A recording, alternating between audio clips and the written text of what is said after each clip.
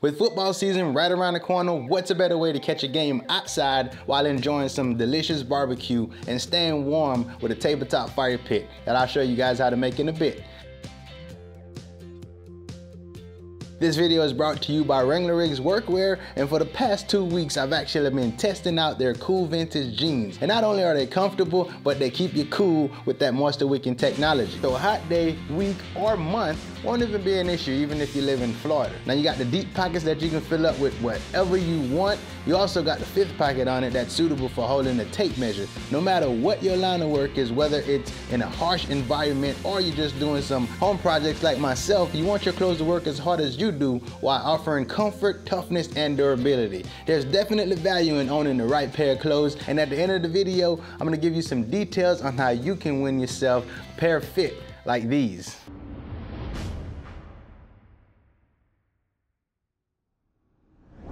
This project called for concrete, so we're gonna need to make a form, and I'm gonna use some MDF pieces that I had laying around the shop. Now melamine will work fine as well. I'm gonna take those pieces over to the table saw. I'm gonna rip those to be the height of the box, which is 6 inches. And I'll also make cross cut to the desired length. And after all the cuts were made, I ended up with 2 boxes, one for the outside and one for the inside. For the inner box, my recommendation would be to use foam for the inner part, that way you can remove it easily. I've never used hot glue for a concrete form, but I'm gonna give it a shot and see how well this holds up.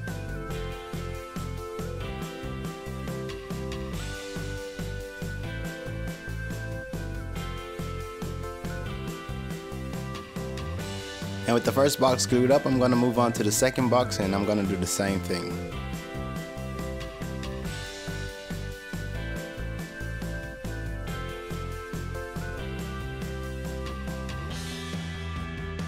So what I'm showing you here, it's a caulk spreader, and it's a really handy tool to have, and if you want a professional bead of caulking, that's what you want to use. And if I can find it online, I'll place a link down in the video description.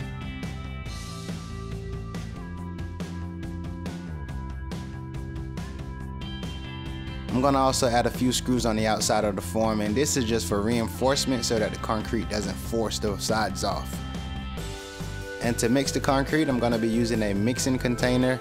I'll also be using some pond liner as a protection from the floor, and then I'll be using some countertop mix by Sakrete.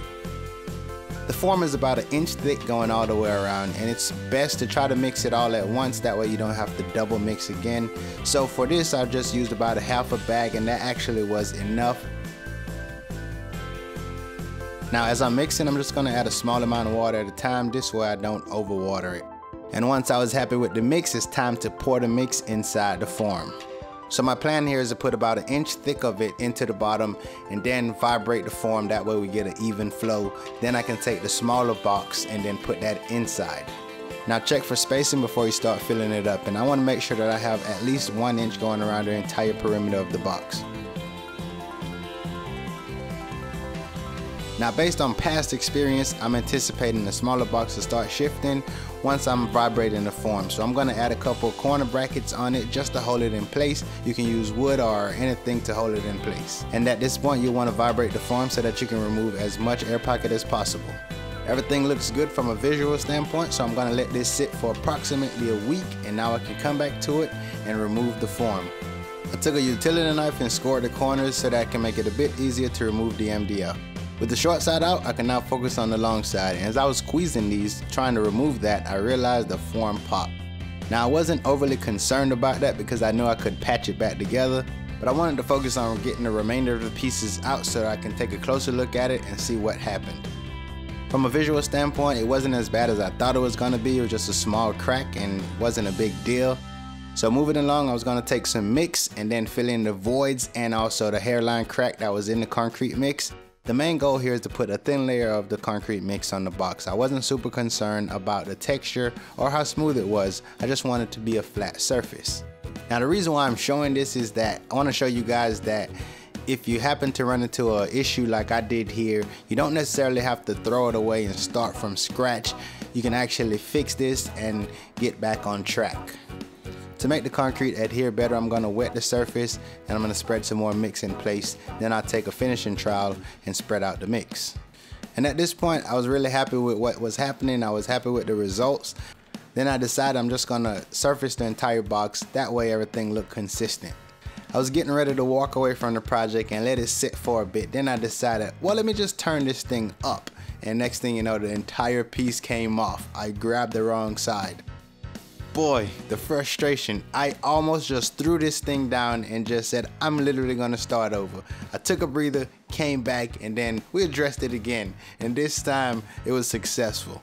So I did it again. I wet the two halves and then added more mix in between them, sat them and sandwiched them together, and then resurfaced it again and just let it sit this time without touching it, and gave it enough time to cure.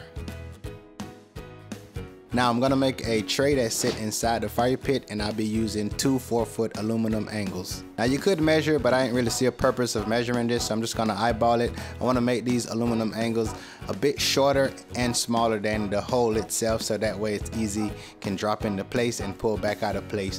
I cut 2 for the long side and then also 2 pieces for the short side. Then I'm gonna screw these pieces together by drilling a hole, and then I'm gonna add a couple bolts in them, and that way it holds them together. If you have a riveting tool, that will also work great for this application.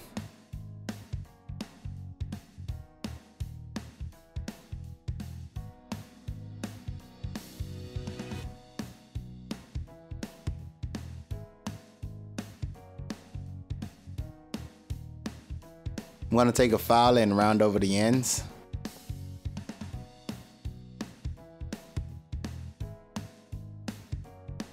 Now I'm going to take the other aluminum angle and then cut those down to fit in the middle, but I only want this to open up a certain section of the middle. This is where I want the fire to pass through. And I'm going to do the same thing on this, pre-drill the holes and then add a few bolts in them as well to anchor everything together. And once they're all done, this is what we should end up with. The large tray will sit on top of the cans, and a smaller tray will be inside that, separating the rocks from the center. Now I'm going to add some wire mesh to close off the bottom side of the large tray. This can be found in your local hardware store. And with the mesh sitting in place, I'm going to add a couple bolts to hold it in place, and that way it doesn't rise up. I'm going to cut some 1x2, which will be used as a frame that sit under the fire pit. I was hoping to get an elevated look, so when you look at it, it looks almost like it's floating. And as you can see, pretty simple thing going on here. Just gonna cut a few miter corners and put a rectangle together, and using a band clamp to hold it in place until the glue dries. Now you could paint it, and even though black ran through my mind, I decided that I'm gonna keep it as is and just put a layer of protection on it. And we're back to the concrete box, and what I'm doing here is sanding down the form and removing any loose concrete dust. Then I take a wet rag and wipe it off as well. I need the surface to be as clean as possible before applying the adhesive tiles.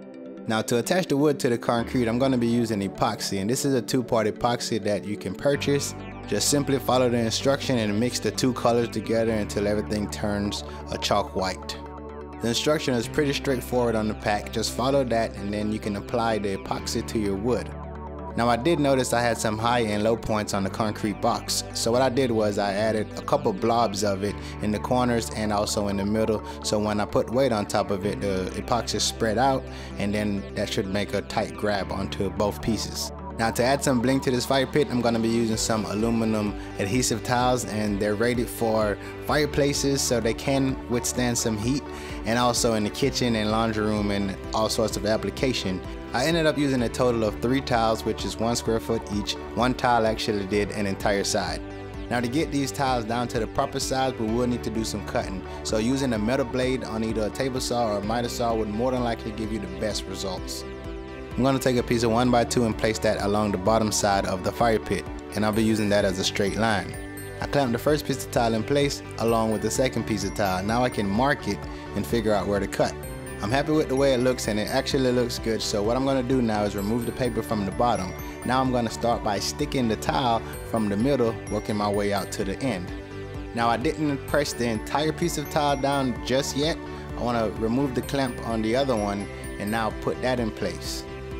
I did the same thing, pressing from the middle and working my way out to the end. Now take a piece of scrap wood, and you can use the same paper that came on the back side of the tiles. Now apply pressure from the tile, working your way from the middle out to the ends. Now this will be our starting point, and everything will be referenced off of this. With one side being completed, we can now work our way to the 2 short side and then the final side.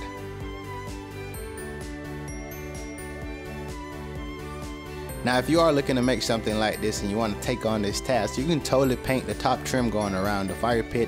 My intention was to paint it black, but once I started looking at it, I wanted the separation from the rock, so I thought it looked better if I just left the raw texture of the concrete just being exposed from the top.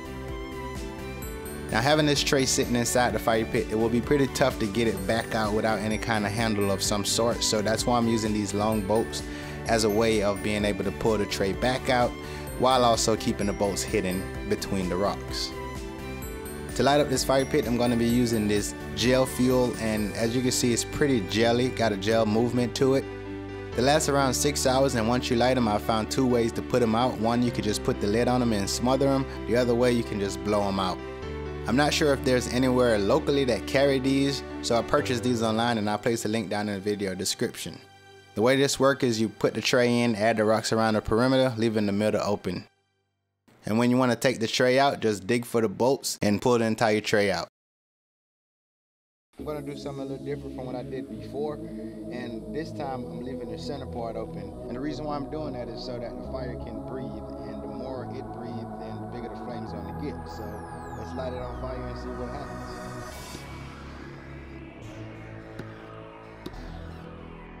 If you look closer, you can see the gel fuel bubbling up, which actually produce a fire crackling sound, so it gives you a real life fire burning effect. And without the middle section being this open, you won't be able to get your flames as high as this. And obviously if you use less than 3 cans, your flame won't be as wide as this one is. And despite the hiccups we went through in the beginning of the project, I'm super thrilled and happy about the end results of this. So everything we went through was totally worth it. So I can picture it now, football season coming up. I'm gonna definitely be outside on the patio watching a few games with this thing just warming up the area. And as you can see, I'm touching the fire pit right now. So it's a little warm on the towel, but it's not so warm that I can't touch it. And when all the fun is evaporated for the day, just simply put the top back on and storm for the next event. For your chance to win a similar fit, whether it's for you or a friend, it's pretty simple. All you need to do is just comment down below #WranglerRigs, and the winner will be randomly picked, and I'll post the results a week from today, and it will be pinned in the comment down below, and I'll also post it on my Instagram. And third, I'll send you a message with all the details to collect your prize. If you're new to the channel, be sure to subscribe for more do-it-yourself project. I'm Glenn with DIY Careers, and I'll see you next time.